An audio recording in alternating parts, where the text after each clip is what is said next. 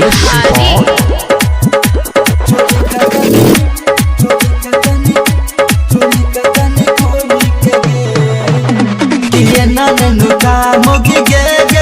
रंग होली मगे चोरी कतनी खोली कगे ये नननु का मोगी गे गे गे लगवाले रंग होली मगे चोरी कतनी खोली कगे भौजी गले नहरा बवा खेले बहरा छुट्टी लगा लिए हम सऊदी सगे गे गे गे ये नननु का मोगी गे गे गे गे लगवाले रंग होली मगे चोली कतनी खोली कगे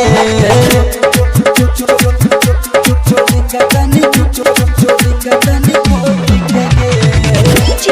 विनोद भेड़िहारवा बिहारी शादी भेले हम चल गलिए बहरा अही सच ही तुरु सल गे लाजो शरम किया लागे छो तोहरा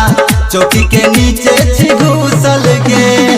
चौकी के नीचे घुसल हे गे शादी भेले हम चल गलिए बहरा अही सची ही तुरु सल गे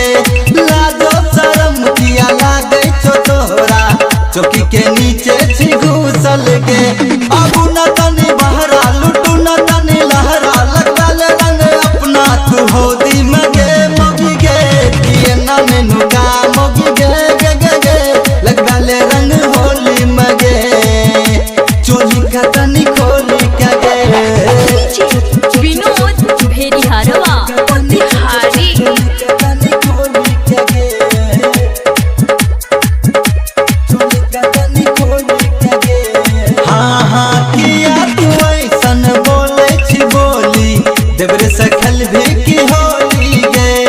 अब गलियो घरे भर देबो झोली किंदे बोनी मनी मचोली गे किंदे बोनी मनी मचोली गे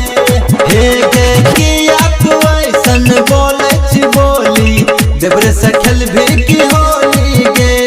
अब गलियो घरे भर देबो झोली किंदे बोनी मनी मचोली गे देवर छो बहरा देतो रंग तोहरा मैं रखबा ओकरा आय होली मगे मोगी गे किए ना मेनू का मोगी गे गे गे गे लगवाले रंग होली मगे चोली कतनी खोली कगे किए ना मेनू का मोगी गे गे गे गे लगवाले रंग होली मगे चोली कतनी खोली कगे किए ना मेनू का मोगी गे गे गे गे लगवाले रंग होली मगे